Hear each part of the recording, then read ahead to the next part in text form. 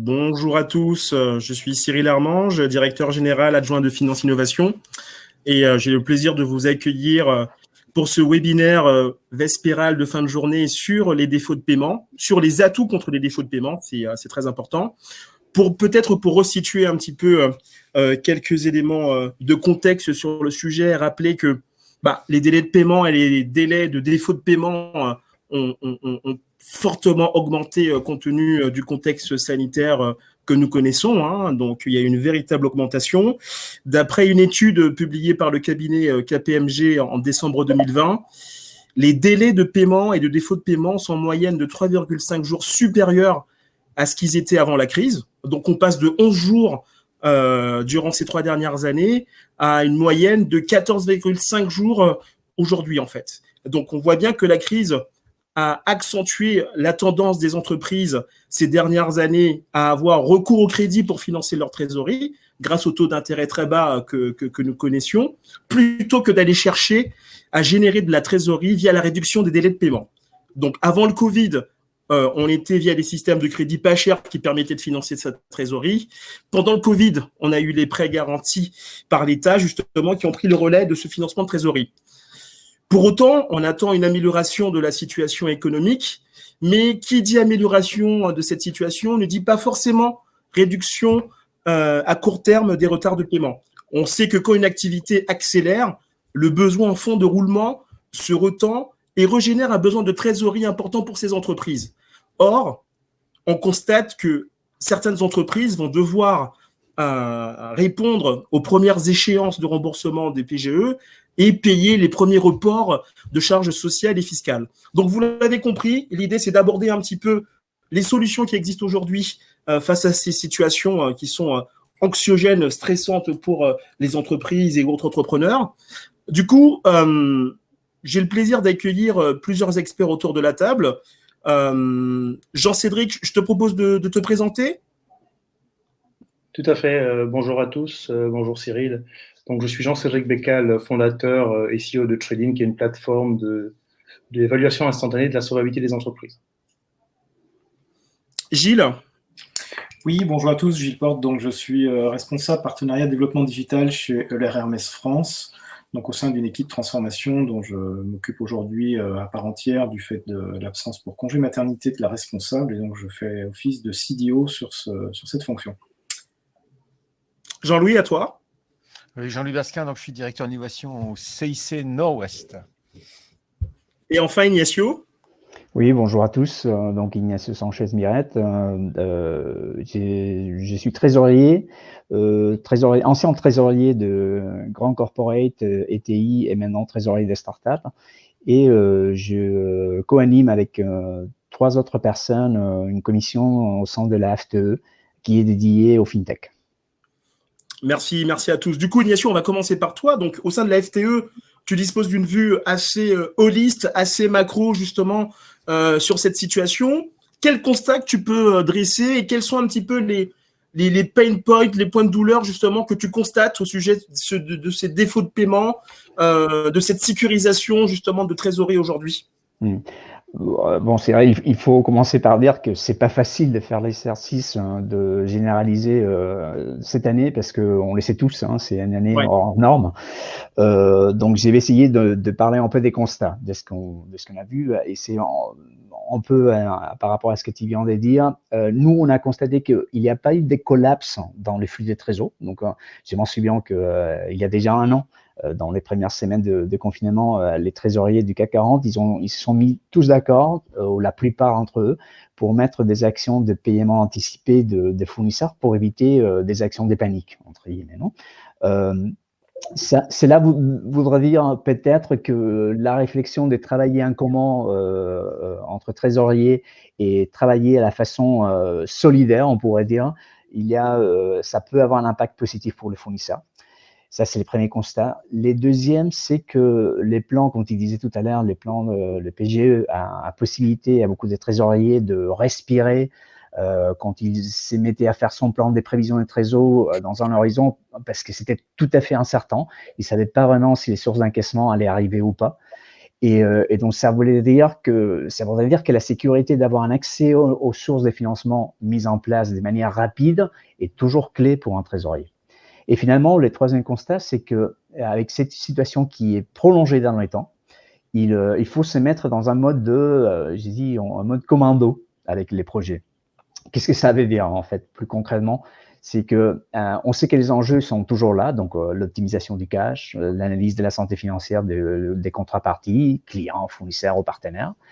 L'accès aux sources de financement, comme on vient de dire, fait que dans une partie des sociétés qui ont du mal ou qui n'ont pas des capacités à faire ce travail, sont celles qui ont les plus besoin pour le faire.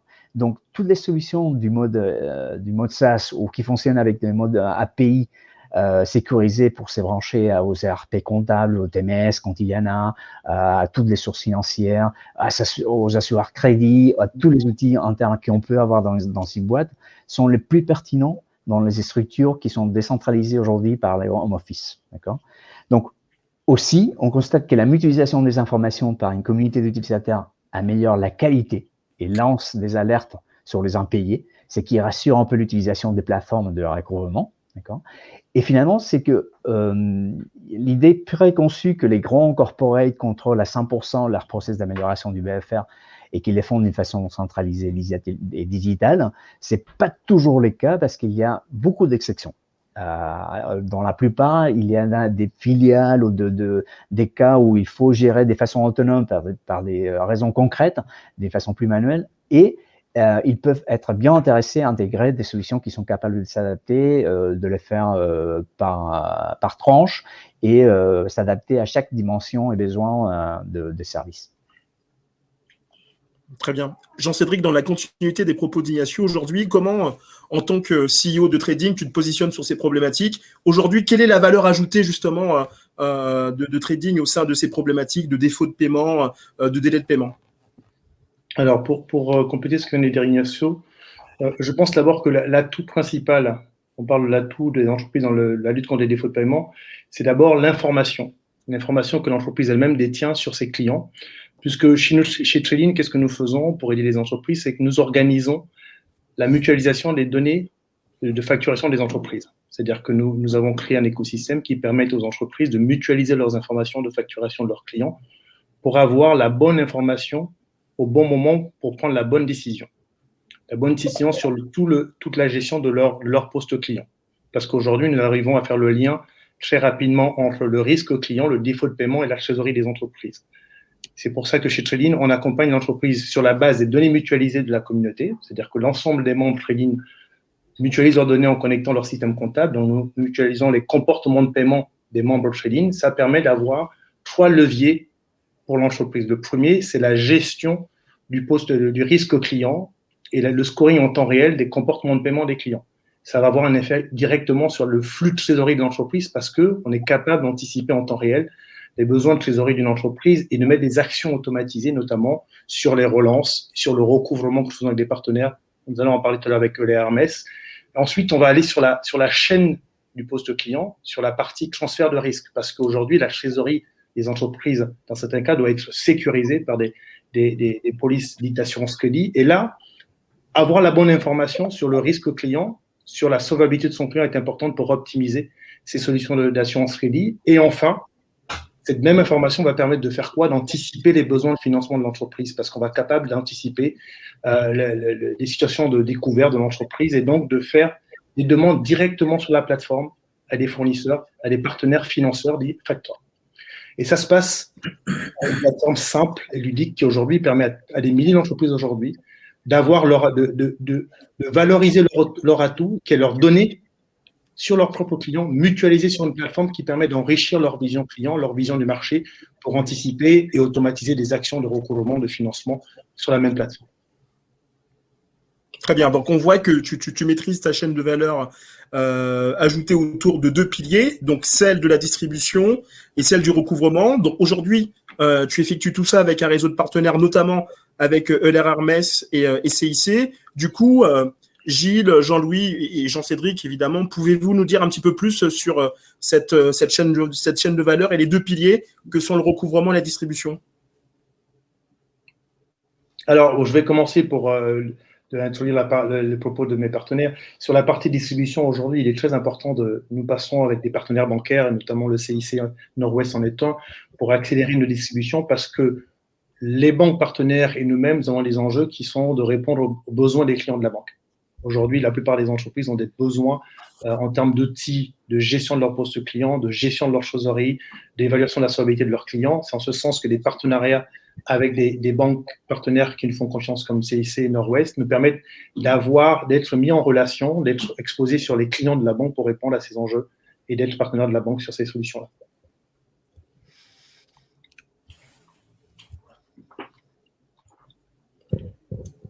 Jean-Louis? Oui. Je ne vois pas le PPT par contre. Ouais, voilà, c'est ça. D'accord. Ouais. Donc, Jean-Louis. Donc, nous, au CIC, notre ADN, ça a toujours été l'entrepreneuriat et à l'innovation, on travaille essentiellement sur 3 axes, qui est le premier axe, donc de tout faire pour que les startups puissent se développer. Donc, évidemment, sur le financement, dans l'accompagnement, le coaching. Donc, ça, c'est notre premier axe de travail. Notre deuxième axe de travail, c'est d'aider nos clients que l'on peut qualifier de corporate et de traditionnel, même si ce terme n'est plus forcément adapté, et de leur amener des services innovants pour eux-mêmes entrer dans leur transformation numérique. Et le troisième pilier sur lequel on travaille, c'est sur notre propre modèle interne, le groupe Crédit Mutuel CIC, où on va s'inspirer, où on va sourcer des startups pour venir améliorer notre propre modèle. Donc, c'est pour ça qu'on travaille beaucoup sur les thématiques que vous voyez là. Il y a 7 thématiques que l'on a ciblées en cash management, cybersécurité, décisionnel, légal, moyen de paiement, démat et financement 2.0.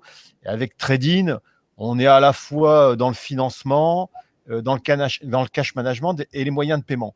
Alors, pour ce faire, ce que j'aime bien sur Tradin, on est vraiment dans l'axe IA et Big Data et je pourrais dire d'une analyse a posteriori à d'une analyse prédictive.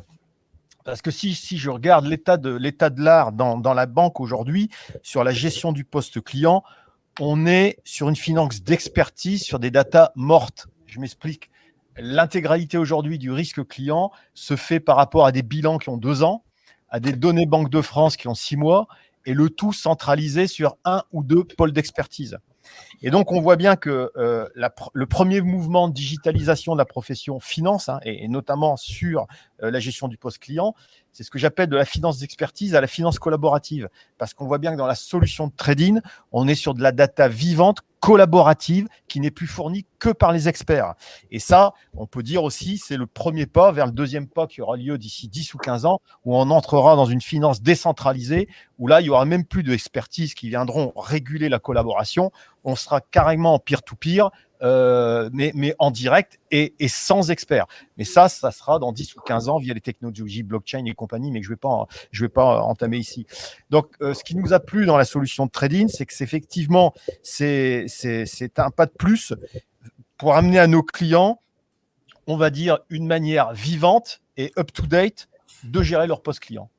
Ça c'est la proposition de valeur de Tradin. Et face à des startups comme Tradin, on a 3 méthodes de travail. La première méthode de travail, c'est même 4 méthodes de travail. La première méthode de travail, c'est de faire connaître à nos clients des solutions que l'on juge intéressantes, mais où on ne va pas plus loin. La troisième méthode de travail, c'est celle que l'on fait avec Tradin et Jean-Cédric, c'est de les prendre sous forme de plateforme de service, où là, on fait connaître à nos clients le Tradin et on dit si vous voulez y aller, vous pouvez tester. Nous, on trouve ça bien, mais nos clients vont en mode standalone directement sur Tradin. Et puis ensuite, la deuxième phase, c'est faire rentrer, et ça, c'est si ça se passe bien dans le stade 3, faire rentrer la startup et notamment Tradin, si ça se passe bien, dans un espèce de bac à sable qui est une pré-intégration sur nos services. Et dans le stade 4, là, on va intégrer des services comme Tradin pour les intégrer dans notre routine et notre SI. Mais là, c'est à 2 ou 3 ans. Voilà un peu comment on travaille avec Tradin et avec les autres startups. Donc, ce qui est l'important, c'est que je ne sais pas si on peut quantifier, peut-être que Jean-Cédric pourra le quantifier, la différence de pertinence entre une vision collaborative, on va dire, vivante, et une vision d'expertise morte.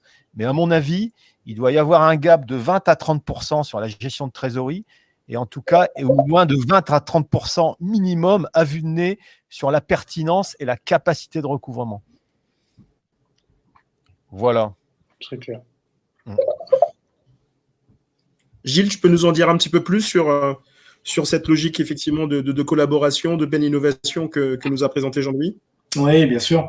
Je dirais qu'un peu comme le vient de l'expliquer Jean-Louis, on est aussi chez Hermès dans une logique de transformation de l'approche du métier, de la façon dont on va finalement délivrer nos offres.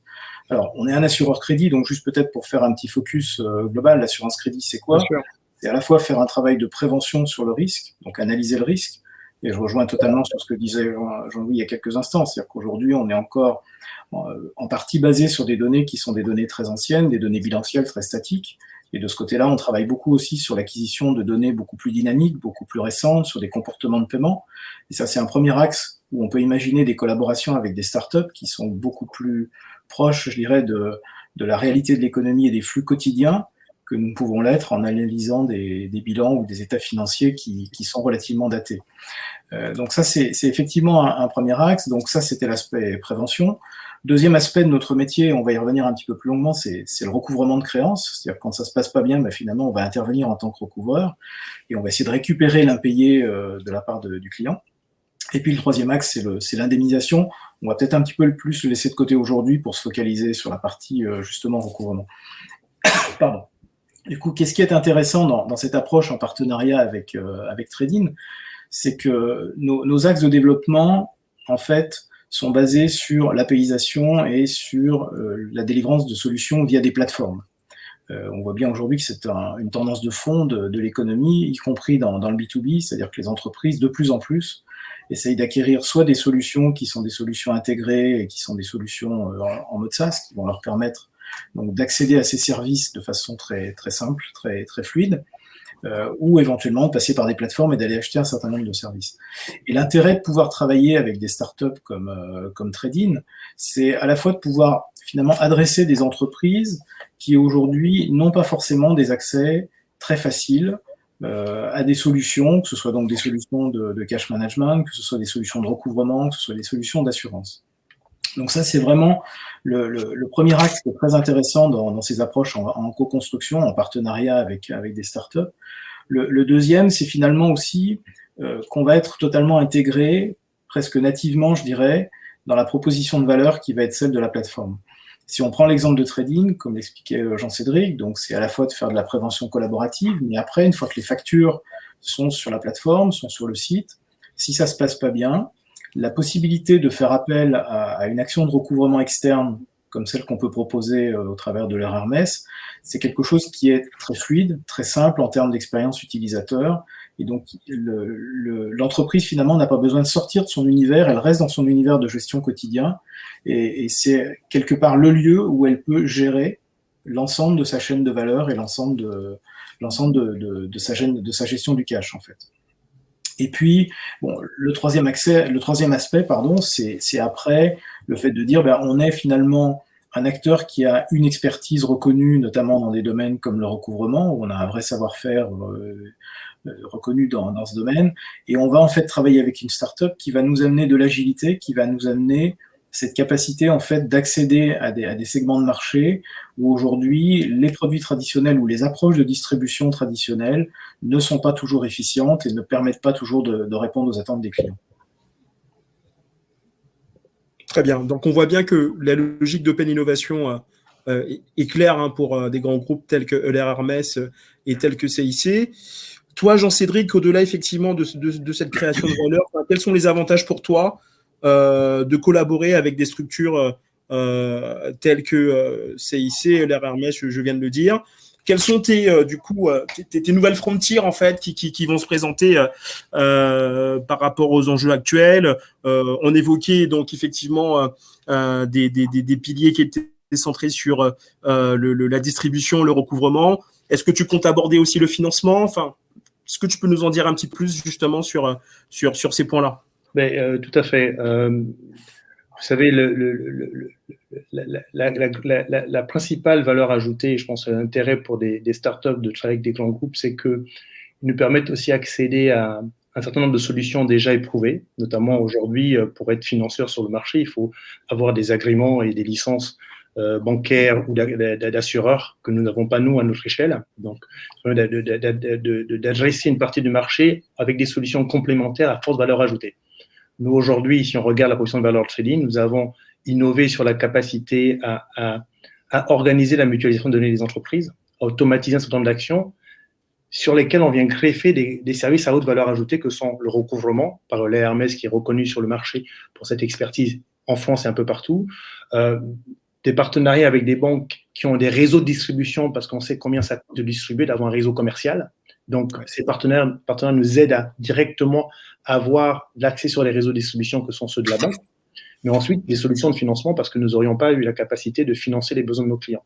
Et donc, ces partenariats stratégiques servent, d'abord nos clients communs, puisque la première position de valeur, c'est de répondre en étant customer-centric, quelle valeur collective on crée pour le client.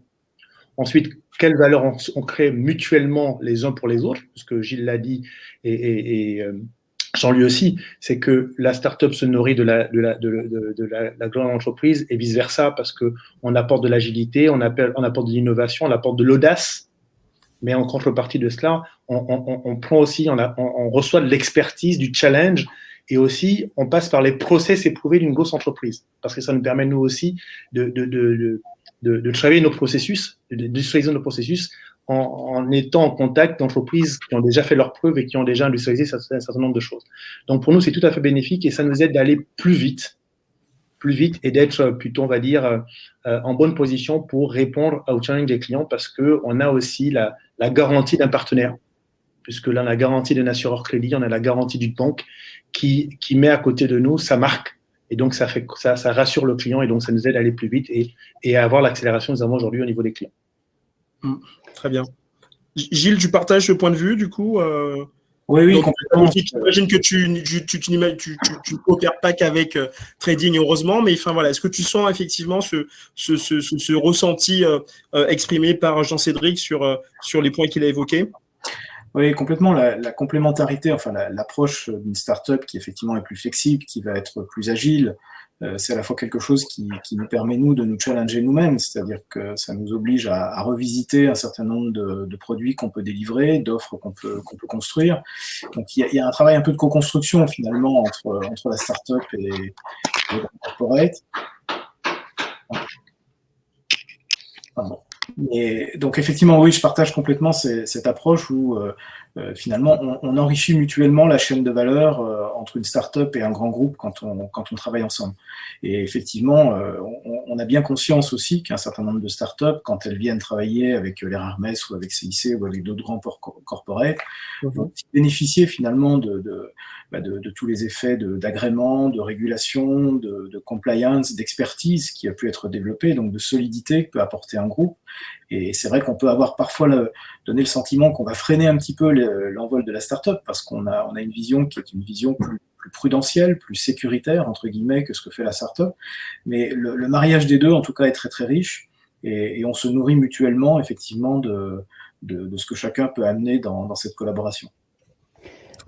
Si tu permets, Cyril, d'un côté d'un point de vue d'utilisateur, des trésoriers ou crédit manager utilisateur final, j'ai mis dit aussi, bien sûr, c'est l'effet de voir une startup à côté de deux grandes marques qui rassurent, effectivement, comme Jean-Cédric disait tout à l'heure, mais c'est aussi l'effet si les trois partenaires jouent bien leur carte, c'est le fait de pouvoir rentrer par des différents endroits, des différentes portes d'entrée, finalement.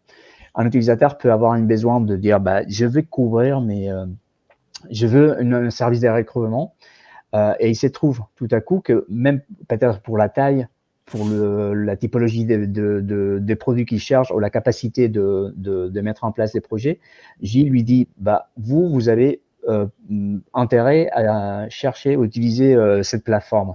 Donc ça, c'est une porte d'entrée. De la même façon, je suis un client de CIC et j'ai besoin d'un financement. Et Jean-Louis, c'est lui qui va lui dire, ces produits peuvent vous intéresser. Donc je sais pas comment dire ça en français, mais c'est le fait les différentes portes d'entrée qui établissent que tu as un produit bien nourri, avec des plans, des solutions, en fait, des briques, des solutions, pour de clients qui peut-être ils n'avaient même pas percuté la possibilité de faire tout ça en même temps. Non, tu as tout à fait raison. Et d'ailleurs, justement, dans la continuité de tes propos, c'est une question qui est ouverte à tout le monde. Comment aujourd'hui cette crise a sûrement validé du coup vos partenariats, le business model côté startup? Comment aujourd'hui vous voyez les choses, je le disais en introduction, alors c'est vrai qu'auparavant, il y avait déjà ces problèmes de délai de défaut de paiement. La crise a accentué tout ça. Il y a la reprise économique qui est en ligne de mire, mais on sait que les choses vont reprendre difficilement parce qu'il faudra rembourser les PGE, rembourser les avances de charges sociales et fiscales. Comment aujourd'hui vous métabolisez quelque part cette situation et vous envisagez d'approfondir la relation? Du coup, Jean-Cédric, je vais commencer, en tout cas, à échanger sur une idée. En fait, je pense que la crise a été un accélérateur des partenariats, en tout cas dans le domaine des impayés ou des problématiques de défaut de paiement. Plus qu'on a constaté très vite en mars dernier, avril dernier, une pénurie d'informations, puisqu'en fait, tous les bilans n'étaient plus, en tout cas sous réserve de mes partenaires ici, les bilans ne savaient plus donner la visibilité sur la situation des entreprises. Plus que fermeture, confinement, etc., pas mal d'entreprises ont vu leur trésorerie s'arrêter net parce que plus d'activité. Et donc là, quelle était l'alternative en termes de sources d'information? Puisque les bilans, évidemment, ne faisaient plus foi. Et donc, c'est là où on a vu arriver des réflexions, notamment pousser l'idée qui portait déjà Trading sur la mutualisation des données, qui était une alternative, en fait, pour dire il va falloir qu'on essaie d'avoir un nouveau modèle qui nous permette d'avoir plus de visibilité sur le risque client, une information beaucoup plus court terme. Et donc, ces réflexions commençaient à intéresser un certain nombre de clients, en tout cas, qui commençaient à se poser la question. Mais ce n'est pas la finalité, puisqu'on parle du poste client. Donc, même si on a l'information mutualisée, il faut avoir les services nécessaires pour automatiser toute la chaîne. Et donc, nous, dans notre réflexion, c'était de dire, OK, l'enjeu du défaut de paiement devient majeur avec une idée d'information très court terme, d'information mutualisée. Première question, c'est comment on arrive à l'adresser le client. C'est quoi le go-to-market? Il fallait avoir un réseau de distribution, il faut avoir un partenaire qui distribue. Et bien, le premier partenaire, c'est une banque. Et donc, on discute avec CIC, avec Jean-Louis, et donc on trouve l'intérêt commun de répondre à cette problématique. Ensuite, derrière, quel service? Le client, quand il gère son poste client, une fois qu'on a la bonne information, il va pouvoir faire du recouvrement. Parce que lorsque l'outil vous dit, vous avez des factures impayées, il faut automatiser cela pour gagner du temps, parce que plus vite on recouvre, mieux c'est. Et donc, il faut un partenaire. Et il faut trouver le bon partenaire qui est digitalisé et capable de répondre à ces connexions à l'API. Et bien, Euler Hermès est le bon partenaire. Donc, on rentre en discussion pour créer tous ensemble une valeur collective dans une situation qui fait émerger des besoins et des enjeux qui sont plus individuels, mais plutôt collectifs. Puisque derrière, il y a quand même un partage de valeur du client, plus que l'idée d'une plateforme qui permet d'avoir ces services, de pouvoir proposer des services, c'est que tout le monde crée une valeur pour le client, crée une valeur pour soi, puisqu'il y a une rétribution de la valeur créée collectivement. Et donc, pour moi, je trouve que la situation du Covid a été un accélérateur de partenariat, parce que je pense qu'on est tous d'accord qu'ensemble, on va beaucoup plus loin. En tout cas, on répond beaucoup mieux aux problématiques des clients, avec nos forces et nos faiblesses, mais nos forces, ensemble, réduisent nos faiblesses, et donc, pour les clients, c'est encore mieux. Et je pense que ça va s'accélérer, cette tendance-là. En fait, pour rebondir sur ce que dit Jean-Cédric, effectivement, la crise, alors je dirais presque plus qu'un accélérateur de partenariat, c'est un accélérateur de transformation et d'innovation dans des solutions qui n'existaient pas forcément. Le recouvrement, si on prend cet exemple, je dirais que c'est vieux comme le monde, c'est vieux comme le crédit client, ça a toujours existé, il y a toujours eu des agences de recouvrement. C'est vraiment la façon dont on le fait aujourd'hui qui est totalement différente. Donc je dirais même avant la crise du Covid, on a chez Euler Hermès réfléchi sur cette brique de valeur, sur la capacité justement de la faire évoluer, de la transformer et de l'adapter aux nouveaux usages, que ce soit les usages de la plateformisation de l'économie, que ce soit des usages d'APIisation, d'intégration dans des logiciels tiers. Donc on avait déjà développé en fait cette solution, on l'avait déjà amorcé en tout cas ce virage avant la crise du Covid. La crise du Covid en fait est vraiment un accélérateur dans le sens où aujourd'hui il faut dématérialiser les échanges. On voit bien que de plus en plus, en fait, il faut avoir des solutions qui soient des solutions intégrées, qui permettent d'avoir accès par Internet à du recouvrement. Et en fait, c'est ce qu'on a fait. Il y a encore quelques temps, pour avoir accès au recouvrement de l'air, il fallait que vous veniez signer un contrat papier avec une belle signature, une encre, un tampon sur la signature. Là, aujourd'hui, on a un parcours qui peut être totalement apaisé, totalement intégré chez des partenaires tiers, avec une signature électronique, la possibilité d'effectuer le KYC, donc la vérification d'identité en ligne directement en quelques secondes. Ce sont bien des solutions totalement nouvelles. Alors certes, elles ont généré derrière des logiques de partenaires. Typiquement aujourd'hui, dans le parcours de recouvrer ma facture, qui est le service qu'on propose, on intègre un partenaire qui fait le KYC, donc la vérification de l'identité du créancier, et on a un partenaire qui vérifie également la signature électronique des documents. Donc on voit bien qu'on a intégré des partenaires en fait sur un service qui finalement est un service encore une fois qui est aussi vieux que le crédit client. Donc on a modernisé en fait cette proposition de valeur, on l'a intégrée, et c'est en ça en fait que à la fois la crise a accéléré la transformation et l'innovation, et qu'elle a effectivement accéléré cette logique de co-construction de solutions. Parce qu'on avait besoin absolument d'intégrer des solutions que nous n'étions pas capables nous-mêmes de développer. Et cette addition de compétences permet ensuite, en s'intégrant dans des plateformes comme Tradin, comme je le disais tout à l'heure, d'accéder à des marchés, de proposer ces services à des entreprises qui, il y a encore peut-être quelques mois ou quelques années, se disaient mais ça c'est pas pour moi parce que c'est pas réservé en fait à mon... Et là aujourd'hui c'est natif, c'est vraiment dans leur outil de gestion quotidien qu'ils peuvent, sur une facture donnée, ils constatent un retard de paiement, immédiatement ils peuvent solliciter le Hermes, et en temps réel, via la plateforme Trading, on va leur dire, voilà, on peut prendre cette créance en recouvrement, et on va derrière intervenir immédiatement, quelques heures après la validation du contrat sur le plan informatique. Donc c'est en ça vraiment que la crise, elle a été un accélérateur, effectivement, de l'ensemble de ces services, et notamment du recouvrement, ce qui nous concerne. Très bien, merci Gilles. Jean-Louis, du point de vue de banquier, comment tu vois des choses? Concernant la crise et l'accélération, moi je dirais, je ne sais pas si c'est Confucius qui le disait ou Coluche, mais c'est au pied du mur qu'on voit mieux le mur. Et en fait, la crise, c'est exactement ça.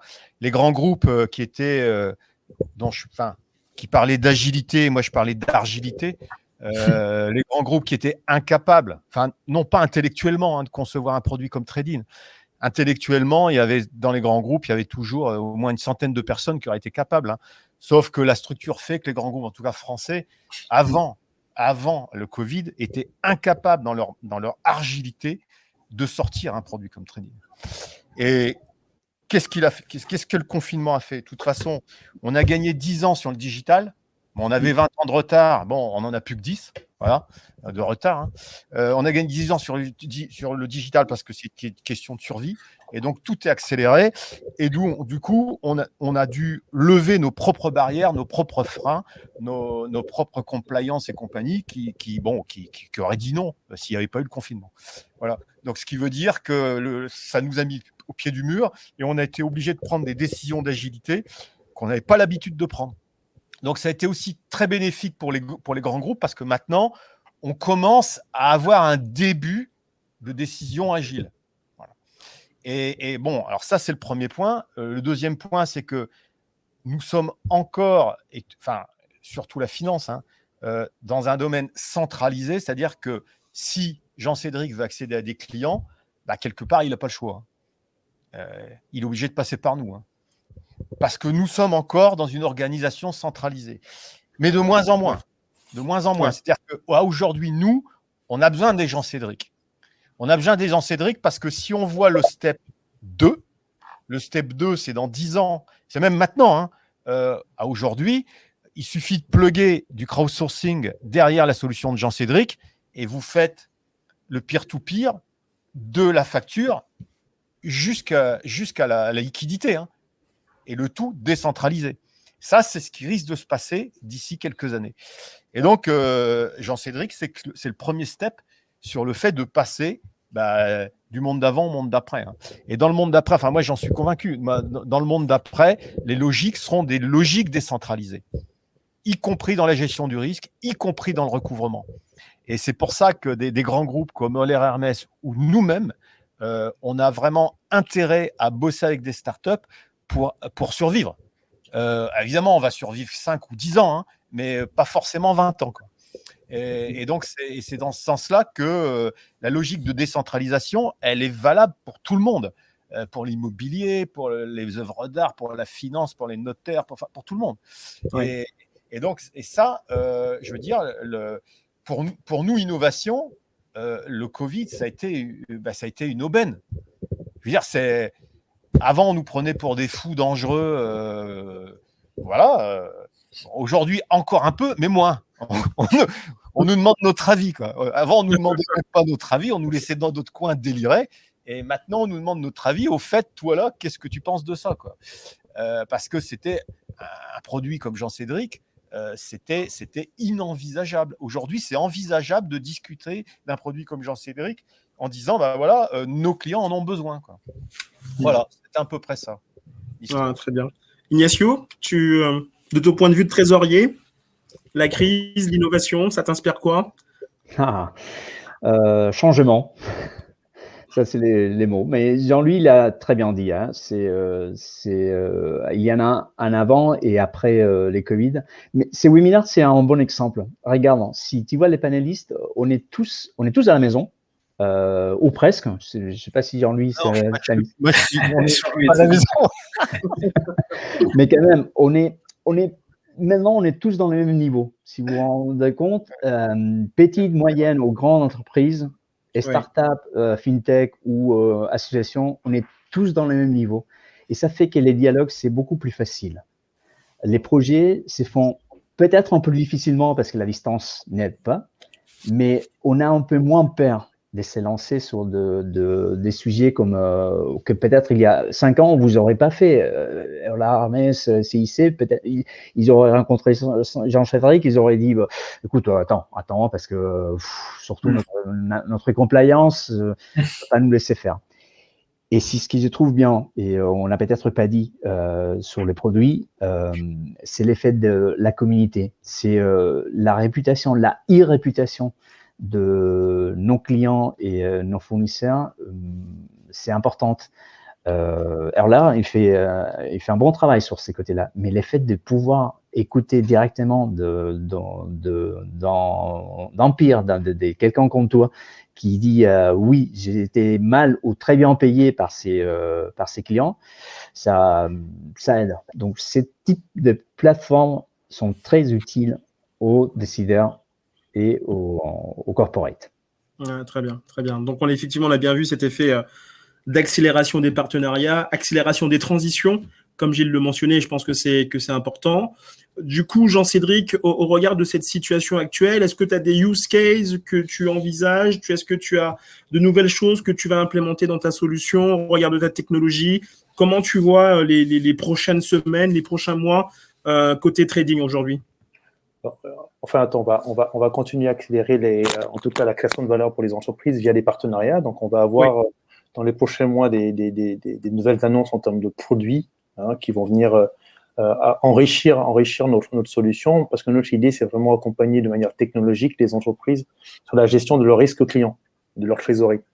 Et donc, on va accélérer ça sur la dimension technologique, la dimension partenariat, et on va aller jusqu'au la finalisation du financement et tout ça de manière automatisée pour les entreprises. C'est-à-dire qu'une entreprise rentrera chez Trading pour pouvoir évaluer la solvabilité de ses clients en temps réel, gérer son poste client au sens de suivre ses facturations, ses relances automatisées, son recouvrement automatisé auprès de l'RMS, notre partenaire, pourra, le cas échéant, faire la prédiction de sa trésorerie en temps réel et donc anticiper ses besoins de financement, et entre les deux, souscrire une assurance crédit 100% digitalisée et se faire financer sur la même plateforme par sa banque en affacturage, en optimisant son affacturage. Ça, c'est le monde que nous créons aujourd'hui et qui, dans quelques mois, va encore évoluer. Et ça peut ouvrir des portes sur le monde de demain, comme disait Jean-Louis, parce qu'on crée l'avenir demain en disant quels pourraient être les use cases de ce que nous construisons aujourd'hui. Jean-Louis l'a effleuré en disant on pourrait avoir, une fois qu'on a de la donnée sur les entreprises, leur manière de mutualiser leurs données, leur facturation, on peut avoir du financement peer-to-peer, on peut avoir des modèles beaucoup plus décentralisés où on sort les intermédiaires et il y a une création de valeur directe. Et si on regarde le monde d'aujourd'hui, sur certains points, nous avons des problématiques de RSE, nous avons des problématiques de crédit inter-entreprise, nous avons des problématiques du coût du risque quand on donne un crédit à un client, qui vont être beaucoup plus objectifs, beaucoup plus orientés risque qu'elles ne sont aujourd'hui, parce qu'aujourd'hui, les entreprises donnent du crédit à des clients qui sont des mauvais payeurs dont elles ne connaissent pas la nature initialement, mais demain, on pourra fournir cette information pour adapter la facturation, la proposition de paiement au profit de risque des entreprises. Très bien. Je pense que ces propos, effectivement, font quelque part une conclusion à nos échanges. Est-ce qu'on a des questions de la part de nos participants ?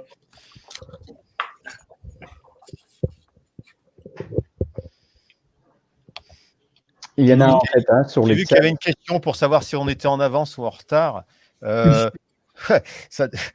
Hier, j'ai entendu, c'était un Japonais qui travaillait sur la blockchain avec un Américain sur la tokenisation des factures, justement, pour justement arriver à une marketplace de financement direct de créances, quoi. Donc, je ne pense pas qu'on soit en retard parce que la solution de Jean-Cédric, il ne faudrait pas beaucoup de choses de plus pour en arriver à cette solution. C'est-à-dire que, mais tactiquement, je ne sais pas si c'est un intérêt pour Jean-Cédric de le faire parce que ça voudrait dire qu'il court-circuite tout de suite les banques. C'est pas l'idée. Son intérêt tactique, c'est justement de collaborer avec les banques. Donc voilà, c'est ça, c'est le dans la compétition. Non, mais surtout, je dis, en fait, il faut bien comprendre les use cases, en fait. C'est parce qu'en fait, aller vite pour dire on va tokeniser des factures, c'est pas l'idée. L'idée aujourd'hui, il faut vivre avec son temps, il faut pas aller trop vite. Aujourd'hui, il y a déjà la capacité d'adoption des entreprises des technologies.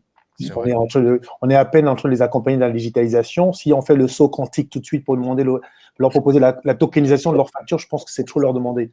On va les perdre. On va les perdre. Donc, il faut aller progressivement. Et donc, le premier step, c'est de dire, vous avez vos solutions existantes de financement, de recouvrement. On va vous permettre d'y avoir accès plus facilement, de manière automatisée. Ça, c'est le premier step. D'accord ? Et c'est ce que nous sommes en train de construire, c'est ce qu'on propose aux entreprises déjà. Rappelez-vous qu'il y a 6 mois, il y a 1 an, 2 ans, digitalisation des entreprises françaises, on n'en parlait pas. Aujourd'hui, ça devient un enjeu, donc il faut les accompagner. Il y a une sorte de change management. Donc, on est en train de le faire, c'est une dynamique en marche, et plus on va avoir l'adoption de cette technologie, de ces usages, plus on pourra penser à d'autres choses qui viendront par ailleurs. Mais ce n'est pas l'enjeu d'aujourd'hui. L'enjeu, c'est de permettre la digitalisation des entreprises et l'accès automatisé à des solutions qui vont changer leur vie et créer de la valeur très rapidement. Très bien. Donc, on a une question, je pense qu'elle est pour toi, Jean-Cédric. Les créances commerciales comme civiles sont-elles acceptées, en fait, dans ton modèle ? Les créances commerciales comme civiles sont-elles acceptées ? Ben, en fait, pour moi, les créances, ça dépend pourquoi faire. Toutes les créances d'une entreprise, toutes les créances qu'émettent une entreprise à leurs clients en B2B, elles sont acceptées. Elles sont acceptées, elles sont suivies, elles sont monitorées. La question qui va être posée, c'est quelles sont les créances qui vont être éligibles au financement. Et donc là, on rentre dans les critères du facteur qui est adossé qui fait du financement sur quelles sont les typologies de créances qu'il accepte et qu'il finance. Okay ? Aujourd'hui, dans le courant d'affaires d'une entreprise qui est connectée à Trading, quelle que soit la nature de la facture en B2B, elle est suivie, monitorée, les alertes sont mises en automatique, les clients sont évalués. Si ce ne sont pas des entreprises publiques, bien sûr. Très bien. Alors, donc les civils sont refusés, d'accord. Il y a un montant minimum de factures à vous envoyer ? Aujourd'hui, nous envoyer, là je pense qu'on est sur des questions liées au factoring. Oui, c'est ça. Alors, encore une fois, il n'y a pas de montant minimum. Les critères sont des critères basés. Aujourd'hui, on est autour de, en tout cas, c'est Julien. Voilà, recouvrement. Donc, on va répondre avec Gilles. Ouais. Donc, si la question, en fait, c'est quel est le montant minimum, c'est ça ? Ouais, c'est ça, ouais. Oui, c'est ça. Aujourd'hui, oui, à un moment donné, il faut qu'il y ait un montant minimum. On parle à peu près de 1 000 € de factures, mais à partir de 1 000 € ce sont des factures commerciales sur lesquelles on a une capacité d'intervention. Ce qu'il faut bien voir, c'est peut-être un petit point à préciser, c'est qu'on a beaucoup parlé de technologie, on a beaucoup parlé de digitalisation, on a beaucoup parlé d'API, etc. Derrière, il n'en reste pas moins vrai qu'il y a du service et du service humain. C'est-à-dire que les services que nous proposons sont des services qui permettent d'accéder à la solution à un client de façon très intégrée, très automatisée, au travers de parcours qui sont très fluides, très digitaux. Après, derrière, le recouvrement, ça reste quand même une affaire, entre guillemets, humaine, et les dossiers sont transmis ensuite à des recouvreurs, à des négociateurs qui vont appeler les débiteurs, qui vont essayer de recouvrer, évidemment, le mieux possible et le plus vite possible la créance, en se faisant aider par de l'intelligence artificielle, puisqu'en fait, nous avons aussi développé une couche d'IA qui nous permet, lorsqu'on reçoit une créance, d'anticiper, de modéliser en fait et d'estimer la probabilité de récupération de cette créance. Et nous sommes même dans un stade 2 en fait de ce système qui vise en fait à déterminer quelle est l'action la plus pertinente à mener en fonction de la caractéristique du débiteur, de la créance à recouvrer, de son ancienneté, etc. Donc on est dans une modélisation où l'intelligence artificielle, le digital vient en appui de l'humain, mais ne vient pas forcément remplacer l'humain. Ça, c'est aussi un fantasme qu'on peut avoir de dire on fait tout en digital et il n'y a plus du tout d'intervention. Non, c'est pas vrai du tout. Enfin, nous, la conception, en tout cas, chez Hermès, qu'on a de ça, c'est aussi bien en termes de prévention de risque qu'en termes de recouvrement de créances. C'est vraiment d'avoir des outils d'intelligence qui viennent aider à la décision, à la prise de décision et à optimiser, en fait, la bonne décision pour aller le plus vite possible. Donc, tout ça pour dire qu'effectivement, ce type de service qu'il y a derrière, parce que la techno n'est qu'un moyen pour pouvoir bénéficier d'un service. C'est un moyen d'accès.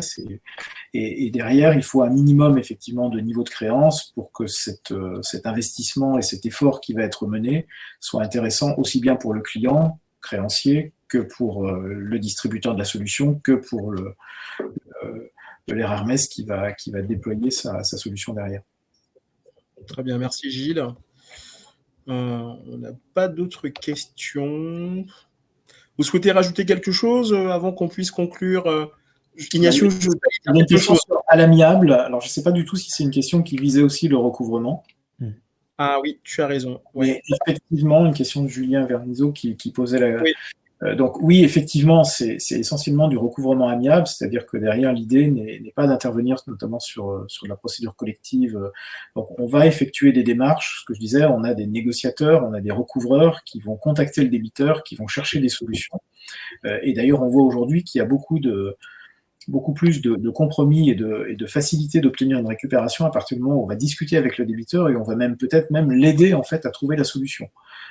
J'ai en tête un exemple très concret d'un négociateur qui a expliqué aux débiteurs quelles étaient les aides dont ils pouvaient profiter dans le cadre des dispositifs de soutien pendant la crise Covid pour pouvoir justement honorer ses engagements vis-à-vis de ses fournisseurs. Donc on voit qu'on n'est pas dans une démarche en fait qui est une démarche simplement automatisée. On ne va pas simplement se contenter d'envoyer des lettres de relance ou passer des coups de fil automatiques. On est vraiment dans une démarche de négociation amiable. Et on va tenir compte, le cas échéant, s'il le souhaite, des desiderata du créancier dans l'approche vis-à-vis de son débiteur. Donc, je ne sais pas si ça répond à la question qui a été posée sur le recouvrement, mais sur l'amiable, pardon. Apparemment, oui. Ouais. Ignacio, je voulais intervenir. Je t'ai vu...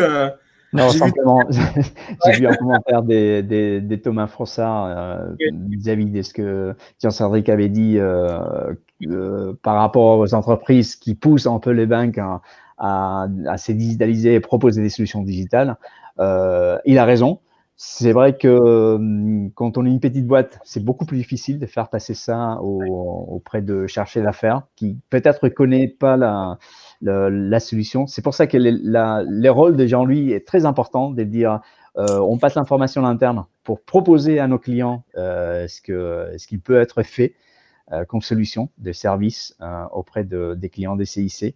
Et les rôles de l'AFTE, c'est ça, c'est de pousser les banques, de pousser les institutions, de pousser Erler aussi à trouver des solutions qui sont intéressantes pour toutes les corporates, taille petite ou moyenne ou grande.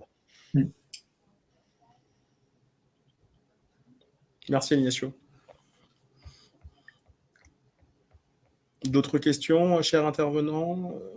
chers participants, plutôt. Juste un élément en complément de tout ce qui a été dit, puisque pour revenir quand même au sujet que nous avons abordé, qui était vos atouts contre les défauts de paiement, je voulais juste revenir en disant que les entreprises, l'atout principal des entreprises aujourd'hui, notamment, elles se rendent par compte, leur premier atout, ce seront les données, leurs propres données sur leurs clients. Et pour lutter contre les défauts de paiement, il faudrait qu'elles valorisent ces données en les mutualisant sur des plateformes sécurisées qui vont leur permettre de pouvoir bénéficier de solutions d'automatisation de la gestion de leur poste client complètement intégrées et qui vont pouvoir actionner des partenaires auxquels ils n'avaient pas accès hier, mais auxquels ils ont accès, tels que l'RMS, tels que la banque. Donc, valorisez vos données, qui sont vos atouts contre les défauts de paiement, pour automatiser toute votre chaîne de valeur et pour éviter les délais de paiement et pouvoir réduire vos problèmes de trésorerie. Et Trading est là pour ça. On a une dernière question de Julien qui nous demande: est-ce que ce sont les clients qui sont plus attentifs aux impayés et les laissent moins traîner actuellement?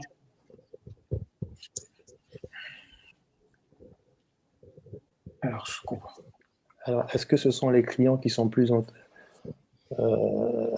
Est-ce que ce sont les clients ou Ça dépend du rapport de force avec le banquier. C'est comme dans La Vérité si je mens d'eux, s'il y a énormément d'impayés, c'est plus le problème du client, c'est le problème du banquier. Tout à fait, et ça dépend des cas, parce que aujourd'hui, ce que l'on constate, c'est que les entreprises la plupart ou certaines qui font de la rétention de leur cash, qui arbitrent, d'accord, et donc certains ne vont pas payer leurs factures parce qu'elles attendent de voir qu'est-ce qui va se passer demain. D'autres, compte tenu du contexte, vont payer plus rapidement parce que les clients utilisent des mécanismes de relance et donc du coup anticipent l'impayé. Mais aujourd'hui, on est un peu dans une situation intermédiaire où en fait l'entreprise, ne sachant pas ce qui va se passer demain, si ses propres clients vont payer, quand on regarde son cash, elle arbitre, elle paye pas, ou selon les cas, elle paye celui qui relance et celui qui demande rien, et ben elle fait couler le délai de paiement. Donc, c'est vraiment au cas par cas. Mais ce que j'ai envie de dire, c'est que plus, en tout cas, le membre de l'entreprise en elle-même va avoir des process de gestion de sa facturation avec l'automatisation des relances, du suivi client, des mécanismes de recouvrement, plus elle va avoir des clients qui paieront, plus elle aura une trésorerie saine. Et on a toujours été dans une logique de rapport de force, les délais de paiement. Alors, ça tend quand même, avec la techno, à diminuer, parce que la techno, en fait, met en exergue les bons comportements, les comportements, on va dire, RSE, parce qu'il y a aussi du comportement RSE dans les méthodes de paiement. Moi, je me souviens, il y a quelques années, où certaines boîtes qui faisaient traîner les délais de paiement, c'était acté dans les procédures, quoi. Donc, il y a toujours eu, j'ai toujours connu, moi ça fait 25 ans que je bosse dans la banque, j'ai tout fait dans la banque, il y a toujours eu ce rapport de force. Mais maintenant, la techno, on va dire, quelque part, vous pouvez plus trop déconner, parce que la techno vient vous dégrader votre cotation si vous payez mal, et ça a une vertu curative. Des boîtes comme Trading, ça a une vertu curative sur la fluidité et sur le respect des délais de paiement. Parce que le vrai sujet, il est là, c'est le respect des délais de paiement. Ouais, bien sûr. Même pour ceux qui ont les moyens, on est d'accord. Tout à fait. Très bien, chers amis, je crois qu'on a abordé le sujet dans sa complétude. Est-ce qu'il y avait une dernière question? Alors, est-ce que le replay sera disponible? Oui, il sera disponible. Voilà, je pense qu'on a respecté notre timing, du coup. Je vous remercie tous d'avoir abordé cette problématique qui est d'actualité. On est en plein dedans, et donc je pense qu'on aura l'occasion de se retrouver pour le deuxième volet, un petit peu poursuivre l'évolution de la solution trading, et effectivement cette logique de partenariat, de plateforme qui est au cœur des business models aujourd'hui et qui tend à s'accentuer pour répondre aux challenges qui se présentent. Merci à tous. Merci à tous. Merci à vous. Merci à tous. Merci. Bye bye. Merci à tous pour votre contribution. Ciao, ciao. Salut, à bientôt. Merci. À bientôt. Au revoir.